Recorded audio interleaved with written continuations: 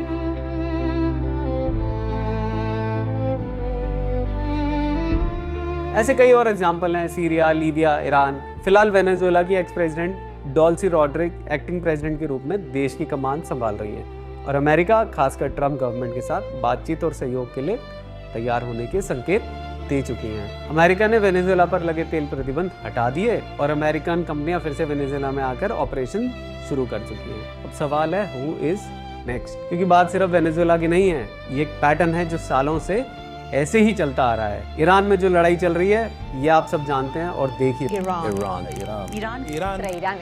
Rejected every opportunity to renounce their nuclear ambitions, and we can't take it anymore. सालों से regime change की कोशिशें चल रही हैं, लेकिन ईरान कोई छोटा देश नहीं है। उसके पास स्ट्रॉन्ग स्ट्रक्चर है, पावरफुल मिलिट्री है, बैलिस्टिक मिसाइल्स है, ड्रोन्स और रीजनल इन्फ्लुएंस भी है। तो क्या ईरान में रिजीम चेंज होगा? ये तो टाइम ही बताएगा। तो फिर से ये सवाल उठता है, हु इज नेक्स्ट? क्यूबा? क्या क्यूबा अब अमेरिका का निशाना हो सकता है? अमेरिका पिछले 60 साल से क्यूबा को कंट्रोल करने की कोशिश कर रहा है। सैंक्शंस पर सैंक्शंस लगाए गए, लेकिन फिर भी क्यूबा सरवाइव कर रहा है। हाल ही में क्यूबा की पावर सप्लाई कमजोर हुई है, इकोनॉमिक प्रेशर बढ़ रहा है और एनालिस्ट मान रहे हैं कि मादुरो की गिरफ्तारी के बाद क्यूबा और कमजोर हुआ है। तो क्या ऐसे में क्यूबा को हटाना आसान होगा? जियोपॉलिटिक्स में गारंटी नहीं होती, सिर्फ इंटरेस्ट होते हैं। आज वेनेजुएला, कल ईरान और शायद क्यूबा भी। हिस्ट्री बार बार यही दिखाती है, जब रिसोर्स, पावर और इन्फ्लुएंस टकराते हैं तो अलायंस भी हमेशा सुरक्षा की गारंटी नहीं बनते। सवाल अब भी वही है, हु इज नेक्स्ट? ईरान जहां रिजीम चेंज आसान नहीं दिखता, या क्यूबा जहां 60 साल की कोशिश के बाद भी कहानी खत्म नहीं हुई है? और फिर कोई और देश जिसके पास रिसोर्सेज हैं, मतलब कि ऑयल, लेकिन पावर बैलेंस नहीं। क्योंकि वेनेजुएला की कहानी सिर्फ एक देश की कहानी नहीं है, ये एक वार्निंग है, एक पैटर्न की, एक सिस्टम की और उस ऑयल गेम की जो दुनिया की राजनीति तय करता है। और शायद इसीलिए ये कहानी खत्म नहीं हुई है, ये अभी शुरू हुई है। देश भी टूट जाते हैं